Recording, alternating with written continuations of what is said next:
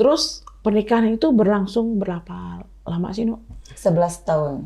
11 tahun. Iya. Kalau boleh tahu kenapa? Ditinggal pergi aku tuh untuk selamanya. Wah.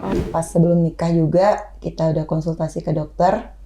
Kedepannya akan seperti apa sakitnya. Jadi dokter cuma bilang itu seperti bom atom. Sewaktu-waktu bisa meledak tanpa kita tahu, tanpa kita sulut sumbunya pun dia bisa meledak. Itu. Misalnya kayak gini nggak bahasanya kan, Nuk, laki kau sakit loh, Nuk. Udahlah, gitu. Kayak gitu nggak ada, Nuk? Nggak ada. Ini nggak sih godaan-godaan yang Ini kayak gitu? setan ya. Bisikan seperti itu. Nggak ada. Syukur Nggak ada. enggak keluarga kau Nuk sama kau itu.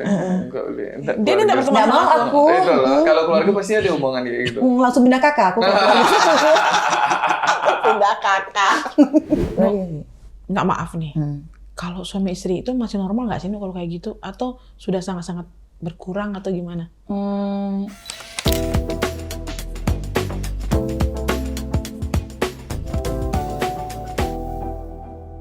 Hai Eja. Halo, welcome back. Akhirnya setelah sekian purnama kita Kembali lagi di KKS udah Ada ada logonya. Asik. Jadi kita Kemarin tuh belum ada. Belum ada. Jadi cari lampu yang kayak gini susah. Jadi aku harus nyetak satu-satu. Oh iya, pertama kumpulkan K-nya dulu. Ya, habis itu E-nya, Habis itu Q-nya, E-nya, baru Q-nya, I-nya. baru I-nya. Baru ada. Dan ini. tentunya kita hari ini udah kedatangan orang yang mau kita ajak curhat-curhat gimana. Nuk, apa kabar, Nuk? Alhamdulillah baik. Iya. Baik. Kok dari dulu nggak berubah-berubah sih, Nuk, gini-gini aja? Makasih mulai. Maksudnya tuh nggak berubah tuh sejak umur di atas 40 ya? Bukannya dari dulu yang umur 23 nggak berubah-berubah sampai sekarang, enggak. Nggak boleh gitu, Li. Harus mengakui yang sudah-sudah memang. Oh iya ya. Oke, dan hari ini tentunya kita tuh mau ngomong tentang sesuatu yang mungkin banyak orang tuh nggak kepikirnya. Apa tuh? Ya, biasanya kan orang kalau lihat cewek single, dia selalu berkata, hah? Single? Hah? Udah nggak ada suami? Pasti macam-macam kan suaminya? Pasti begini-begitu kan? Oh. Hah? Kamu sudah janda? Pasti gini-gini.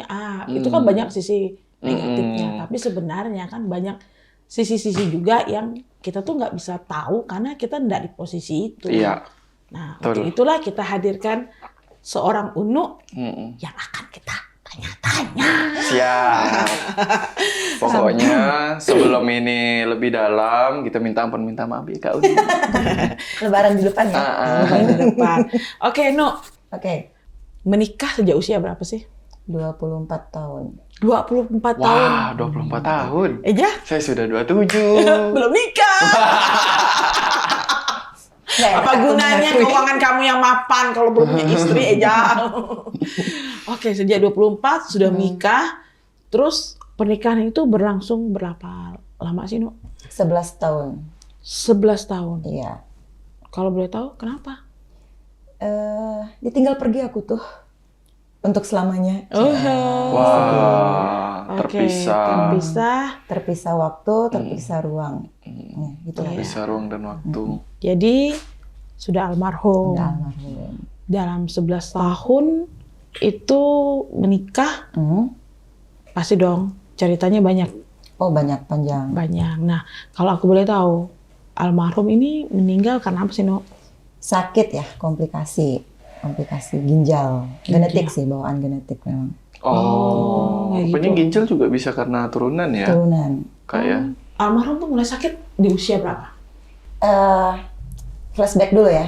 Jadi sebelum nikah itu kita udah dipaparkan bahwa almarhum tuh emang punya sakit bawaan. Itu semenjak dia kelas 3 SMA. Dan pas sebelum nikah juga kita udah konsultasi ke dokter. Kedepannya akan seperti apa sakitnya. Jadi dokter cuma bilang itu seperti bom atom. Sewaktu-waktu bisa meledak tanpa kita tahu, tanpa kita sulut sumbunya pun dia bisa meledak. Itu kayak ranjau lah istilahnya. Artinya gitu. Unu udah tahu dong dari pacaran tuh kalau almarhum nih udah sakit, Unu udah tahu dong. Iya, risiko apa gitu kan ke depannya yang bakal Udah dihadapi. tahu, makanya diomongin di depan. Jadi ada ibunya ngomong gini, kalau misalnya nggak mau pun nggak apa-apa, kan udah tahu ini. Jangan nanti pas udah jalan tahu lalu nyesal di tengah jalan gitu. Jadi kita sama-sama dari depan, ini masih mau enggak? Kalau masih mau, ibu lamar. Kalau enggak, ibu enggak apa-apa gitu. Ya udah kayak gitu aja. Dan saat itu kau masih mau Masih mau. cinta? Belum. Wah. Ternyata benar ya. Ternyata benar kata orang-orang dulu kan, kadang tuh dimulai itu nggak perlu udah cinta gitu. Gitu. Oh, jadi Seiring menjalaninya waktu. jadi kau berharap yang kayak gitu tuh dia. Enggak juga sih. Kalau bisa kan Ya, gitu lah. Nah, kau tuh udah diberitahu sebelum nikah. Kok nggak mundur sih, Nok? Apa ya? Kau kan tahu resiko ke depannya tuh, bakal gini nih, ribet nih, susah nih aku kok nih. masih bandel. Kau masih bandel. Kok masih mau. Kau masih mau sih? Aku ingin menjadi wanita yang apa ya? Istri yang sebenar-benarnya istri, menjaga suami, merawat suami gitu. Toh itu hanya apa ya istilahnya target dokter gitu loh yang bilang, cuman dokter yang bilang sepanjang tahu berjalan itu kan kita belum tentu jadinya seperti apa gitu. Baru prediksi saat itu. Dia pun nggak bilang berapa tahun, sekian tahun, itu nggak ada ngomong. Jadi Kalau usia kan nggak tahu dong. Berarti dokternya juga nggak vonis. nggak gitu. vonis, cuma bilang seperti bom atom yang nggak perlu disuruh dipijak pun dia akan jadi kalau misalnya memang udah waktunya. Ya kan balik lagi ke takdir tadi gitu. Oke. Otomatis kamu sudah tahu menikahlah. Menikahlah. Di awal-awal tahun pernikahan baik-baik saja. Sangat baik-baik lah. Baik-baik ya, pasti sehat, masih oke. Sampai punya anak berapa Rino? 2 lah. 2. Oke. Otomatis sudah punya 2 anak, hidup asik-asik aja. Kapan pertama kali almarhum itu sakit? Dia sakit itu pertama kali di tahun aku nikah 2004 2005. Oh ya, 5 tahun setelahnya. Artinya itu 2011 2012 lah. Itu mulai gejala pertama. Seperti apa, Dok? Aku ingat aku lagi hamil anakku yang kedua. Dia kena stroke pertama kali. Pertama kali kena Pertama stroke di kali usia? kena stroke. Di usia belum 30. Iya, 32. Sebelum 30 sih. Sebelum 30 di usia itu. Jadi Uno ini bertemu dengan suaminya itu, almarhum itu dari SMP. Jadi teman SMP. Lanjut ke SMA tuh masih berteman. Masih berteman. Sekali kuliah ternyata pacaran ya, No? Enggak, akhir kuliah. Akhir kuliah. Pacaran bersama-sama, menikah, punya 2 anak, dan di usia pernikahan 5 tahun lah ya, berarti masih awal, hamilnya. Hamil Eca pertama tuh, artinya Fatin umur 2 tahun ya. 2008, 2009 tuh kena serangan pertama. Itu langsung enggak, itu sih mati apa sih istilahnya? Kaku sebelah badan, tapi itu cuma 3 hari ya, karena cepat kan perawatannya. Jadi 3 hari dia udah nunjukin kemajuan, tapi tetap harus terapi. Tapi jalan masih bisa. Jalan masih bisa, tapi kaki kanan itu nyeret. Nah, karena kan sebelah kanan dia, jadi dia jalannya nyeret. Kaki kanannya aja, kalau lagi normal, tapi kalau ketika dia, kita nggak bisa bilang kambuh gitu, nggak bisa. Karena dia, misalnya 2 jam bisa jalan normal, nanti 2 jam kemudian dia jalannya nyeret, berikutnya lagi, misalnya habis sholat apa segala macam, nggak selang sampai 1 hari, bisa normal lagi, bisa nyeret lagi. Kambuh-kambuhan gitu iya, ya. bolak-balik. No, saat pertama kali suami sakit kayak gitu, ada omongan nggak sih dari keluarga kamu? Keluarga aku? Nggak ada. Fine-fine aja itu. Misalnya kayak gini nggak kan? No, laki kau sakit loh, No. Udahlah, gitu. Kayak gitu nggak ada, No? Nggak ada. Ini nggak sih godaan-godaan yang kayak Ini gitu. setan ya. Bisikan seperti itu. Nggak ada. Sebenarnya nggak keluarga kau Nuk sama kau itu. Dia ini nggak berteman sama aku. Itu loh. Kalau keluarga pasti ada omongan kayak gitu. Langsung pindah kakak aku. Pindah kakak. Oke, artinya bahwa saat itu kalian masih oke-oke saja. Iya, benar. Nah, dari Ekonya nih, almarhum Eko, dia ada merasa, biasanya kan kalau laki-laki gimana aja, kalau sakit, ya fisik loh, yang kelihatan sekali kan tuh fisik kan, pasti tuh ada sedikit merasa minder nih sama pasangan. Iya, merasa kayak gitu. insecure. Karena kan laki-laki kan kadang psikologinya tuh yang saya baca lah ya. Iya. Nggak tahu lah benar kan enggak. Anda tahu gak, kalau ini bacanya baca Nah, benda. baca betul kena sampai habis kena. Tapi yang ditahu kalau laki-laki tuh kadang kalau cewek itu suka dibantu. Tapi kalau laki-laki tuh kalau dibantu tuh ngerasa kayak harga dirinya. Iya. Betul. Sekarang kan kalau laki-laki ini kan lebih ke fisik juga kan. Kalau pengen mendominasi. iya, gitu kan. kalau perutnya mulai buncit aja dia mulai kalut tuh. Nah. Apalagi kalau kepalanya mulai hilang rambutnya. Aduh, susah kayak gitu kan. Nah, kalau saat itu almarhum ada nggak menyatakan kegundahan-kegundahan? Dia tuh orang yang semangat juang untuk bertahan di posisi awal di posisi sehat itu sangat baik gitu. Jadi dia menyembuhkan dirinya sendiri dengan pikirannya. Itu saat pertama kali dia kena. Bagian aku itu cuma nyemangatin mau kayak gini terus atau mau sembuh. Nah itu ya kata-kata itu aja. Tapi untuk insecure atau dia malu atau apa itu belum ada pada saat itu. Karena masih semangat juang untuk sembuhnya dia. Dia bilang cuman sikit 3 hari aja udah enak badannya. Artinya seterusnya kalau dia konsisten dengan hal apa gitu, dia bisa sehat gitu. Serangan kedua itu di 2014 tuh serangan keduanya. Kondisinya? Langsung drop. Nah, itu aku ingat tuh aku lagi bawa anak-anak ke Singkawang, belajar nyetir sendiri pakai mobil kan ke Singkawang keluar kota. Jadi dia nggak bisa ngantar tuh. Jadi aku dengan anak-anak sama teman-teman juga itu ke Singkawang. Baru jejak di penginapan nelpon sih muji, oh keren bunda bisa ke Singkawang sendiri bawa mobil bla bla. Anak-anak gimana? Oh happy. Udah mau kemana lagi habis ini kata bang. Masih nelpon. Begitu jam habis maghrib kan. Begitu jam 8:30 malam ditelepon sama bapaknya. Eko tumbang. Aku bilang gitu kan. Tumbang kenapa pak? Nggak tahu nih lemes kan dia bilang gitu kan. Emang habis apa? Kan kita harus nanya detail gitu ya. Tadi habis bapak suruh beli makanan, tapi balik-balik lemes. Jedahnya itu cuma 1,5 jam dari dia selesai nelpon yang happy dengan gembiranya. Terus dia bilang baru dapat buah langsat dari Bude kata dia bilang gitu kan. Tapi setelah 1,5 jam itu tiba-tiba dapat telepon kayak gitu, tumbang. Ya udah mau dibawa kah? Aku tetap tanya gitu mau dibawa kah? Nanti tengok kalau dia bangun kita bawa. Ternyata, maksudnya tuh mau dibawa ke rumah sakit? Ke rumah sakit.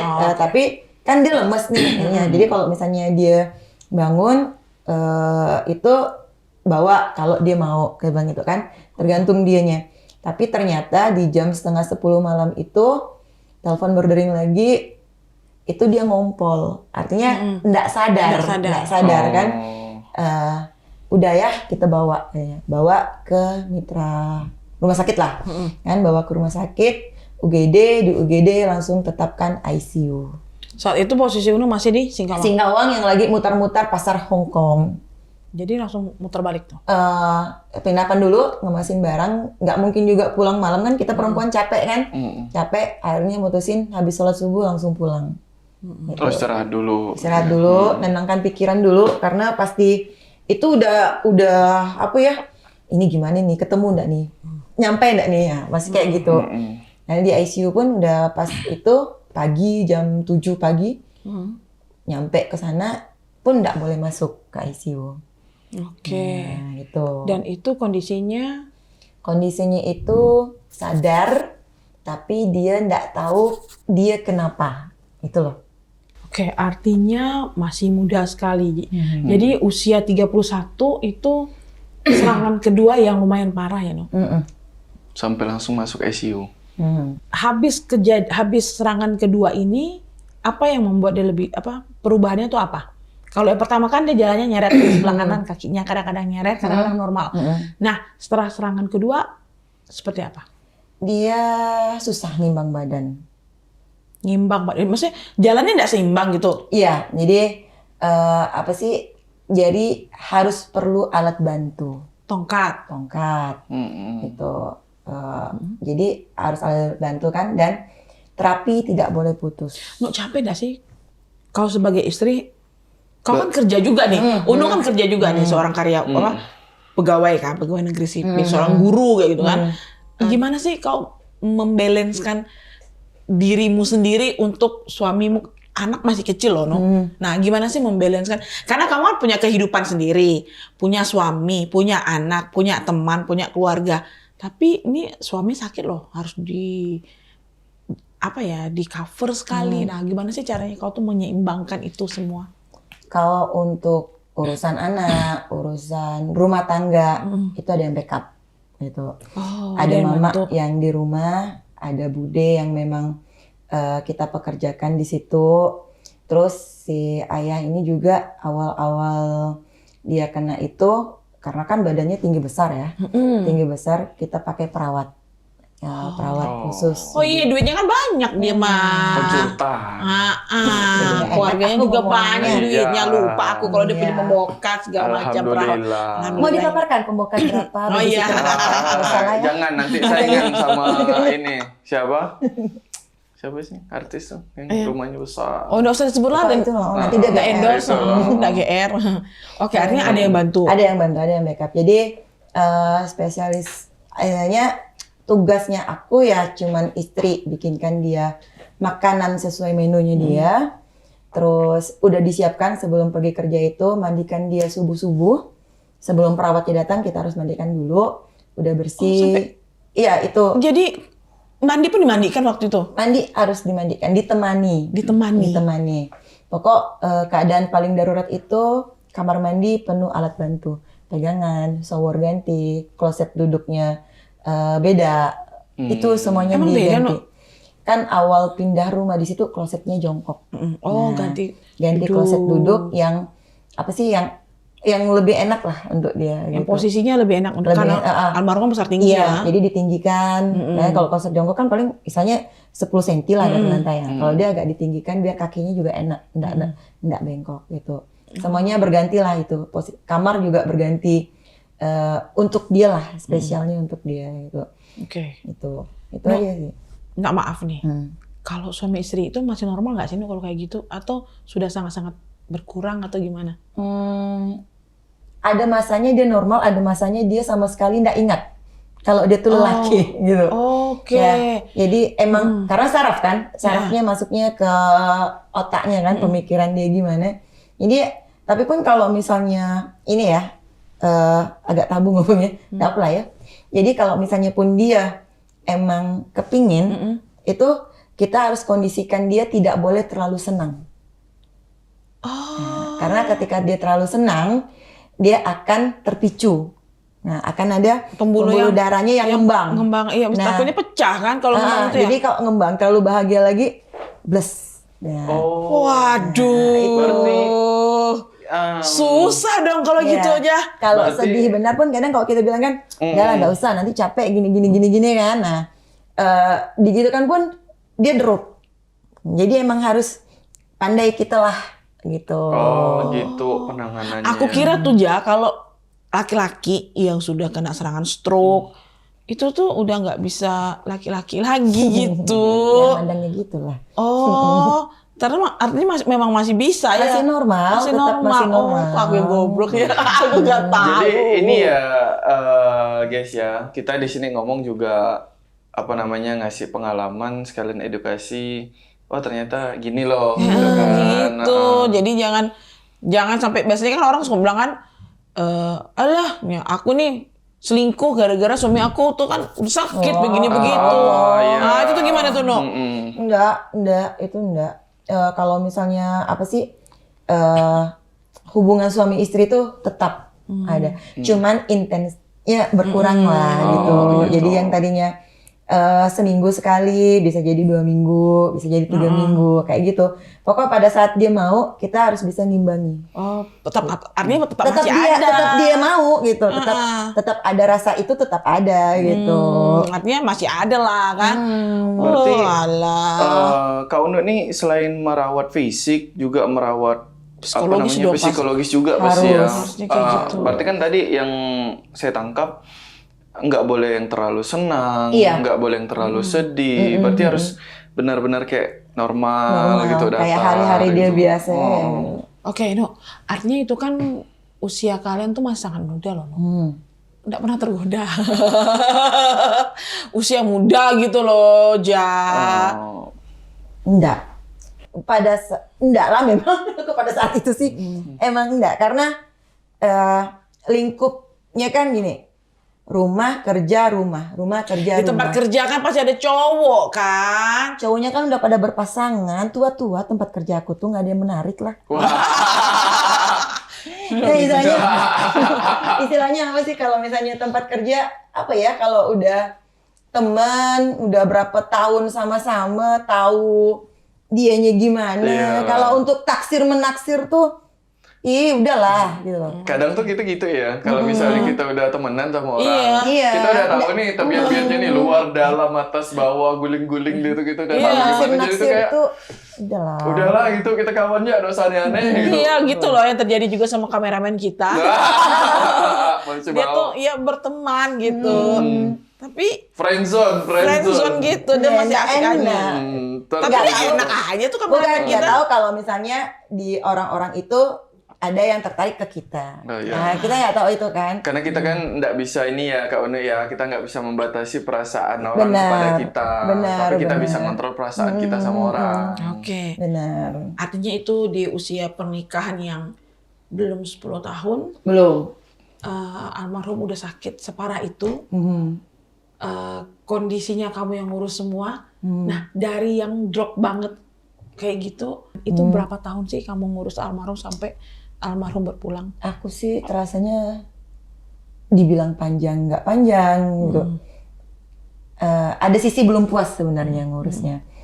Itu sekitaran 2 tahunan lebih yang intens benar-benar.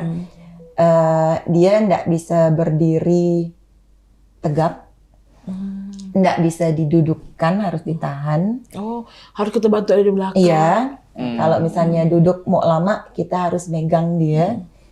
Harus pakai tempat tidur khusus. Kayak di rumah sakit gitu. Iya, itu. Nah, ada masa itu sekitaran 2 tahun itu dari 2015 awal sampai di 2017 lah dia berpulang gitu. 2017 Eko berpulang. Ya, itu yang paling terasa sekali pas saat itu. Dia nggak bisa kita papah pun kita butuh tenaga dan butuh teknik. Iya, karena dia lebih besar kan, Iya. badannya besar sekali. Nah, dia nggak bisa berjalan normal, pakai tongkat pun nggak bisa, kita harus ke kursi roda. Dan kursi rodanya ada 2, satu buat dorong dia mandi. Kalau yang mandi basah, yang satu harus ready untuk bawa dia Ketika udah kering. ketika udah kering. Jadi itu. Oh, seperti itu. Dari postur tubuh yang pas lagi sehat sama udah serangan kedua itu masih sama postur tubuhnya atau ada penurunan atau gimana gitu. Jadi itu si ayah itu badannya 180 dengan berat 98 kilo. Berarti masih Itu dia sehat. Sehat. Dia sehatnya segitu. Nah, begitu dia sakit 2 tahun terakhir sebelum dia itu pergi itu, kita kan tetap konsul ke dokter kan, tetap timbang, itu berat badannya 90 kilo. Tetap. Tetap, karena yang berat itu bukan lemak atau tulang tapi massa tulang. Oh. Nah, jadi dia nggak lari ke lemak, nggak lari ke daging, tapi massa tulangnya memang besar. Jadi itulah kenapa agak Iya, memang besar susah sih. gitu.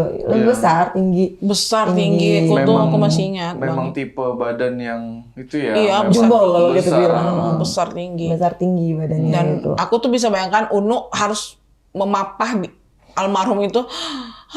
Seperti apa? Karena dia besar. Unu berdiri pun Unu masih kalah Iya, jauh. iya, Kan dia emang. sangat tinggi kayak gitu kan. Jadi memang harus ada trik sendiri. Emang Nah, iya, emang No, ada triknya. anak-anak ketika tahu bapaknya, kan anak-anak masih sangat kecil. Kecil. Dan ketika bapaknya ini dalam kondisi terbaring itu kan anak-anak juga masih kecil. Nggak ada bertanya anak-anak Eca sama Fatih. Pemahaman di awal itu ada. Nah, jadi pas pertama kali yang ayahnya masuk ke rumah sakit itu, ayah sakit apa Bun? Ini. Kita jelaskan, nanti ayah akan sulit gini. Kakak sama adik harus bantu. Nah itu. Jadi udah ada penekanan di situ. Jadi pada saat ayahnya memang benar-benar terbaring pun, mereka tidak ngacau emaknya gitu loh. Kadang kan ada anak orang bilang, wow, bawa ayah ya terus diurusin, kita ada. Gitu kan. Mereka nggak ada itu karena tadilah itu banyak backup di belakang nih, kan ada neneknya, ada mbahnya, ada pamannya juga gitu. Jadi dan dia pun kalau misalnya Sabtu Minggu gitu jarang di rumah kan, jadi dijemput. Nah itu agak membantu sebenarnya. Oh kalau misalnya waktu si ayah sakit itu nggak ada anak-anak di rumah, aku malah tenang. Jadi fokusnya cuma satu. Tapi kalau ketika ada anak-anak udah mulai bingung tuh. Nih kalau si ayah gini nanti anak yang mana yang mau diprioritaskan itu makanya gitu ya.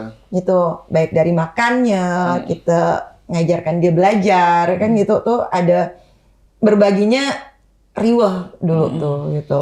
Artinya Uno 11 tahun itu hidup bersama. Almarhum itu sakitnya di usia pernikahan 5 tahunnya mulai sakit, otomatis 6 tahun lebih dari setengah bersama itu adalah masa sakit. Nyesal nggak sih, Nuk? Enggak sih. Nggak pernah merasa gitu? Enggak. Yang nguatkan tuh satu, bahwa aku dipilih dan aku pun milih. Gitu. Jadi kalaupun Mas sampai apa sih kalau orang-orang bilang kok kuat sih, kok bertahan sih, gitu. Karena aku ngerasa aku terpilih untuk itu. Gitu. Jadi kalau misalnya aku nggak terpilih untuk itu, artinya aku bukan orang yang kuat gitu. Jadi nggak mungkin sampai sejauh itu diberi ujiannya gitu. Ada nggak sih impian atau hal yang kalian bicarakan? Biasanya kalau suami istri itu kan mau tidur tuh pasti ngomong gitu kan ya kan. Nanti tuh kalau anak-anak udah agak besar. nggak tahu nih belum nikah. Gimana? Jadi belajar ya. Nanti belajar aja. Biasanya kalau suami istri kayak gitu. Nanti kalau anak-anak udah besar, kita tuh tinggal berdua saja. Nanti mungkin ada nggak sih, Nuk? Banyak sih ya. Contoh? Umroh sama-sama. Satu. Terus kedua punya rumah yang cuman kecil. Kau tau kan rumah aku kaya. Kaya besar memang kamu. Agak sombong ibu ini ternyata ya. Jadi Aku sih mengaminkan aja. Iya. Mau tau nggak rumah dia itu sekali buka ada biawak lewat. ini rumah yang mana nih? Yang baru? Ya villa. Villa ya. Oh, banyak rumahnya. Banyak. Mau disebutin Bang? Enggak usah. Jadi kan umroh iya. Rumah itu pengennya kalau yang kita pergi nggak usah nutup banyak jendela, nggak usah nutup banyak pintu. Jadi kecil aja rumah. Karena cuman berdua tadi kan. Terus pengen ya udah berkebun istilahnya. Oke, 3 berkebun. Tiga itu aja yang kita omongkan selalu gitu. Anak-anak entar besar dia mau jadi apa, yang ngarahkan ya sama-sama lah. Nanti kamu sekolahnya di sini ya, kayak gitu. Oke. No, di hari-hari akhir nih almarhum. Masih ingat banget kan pasti.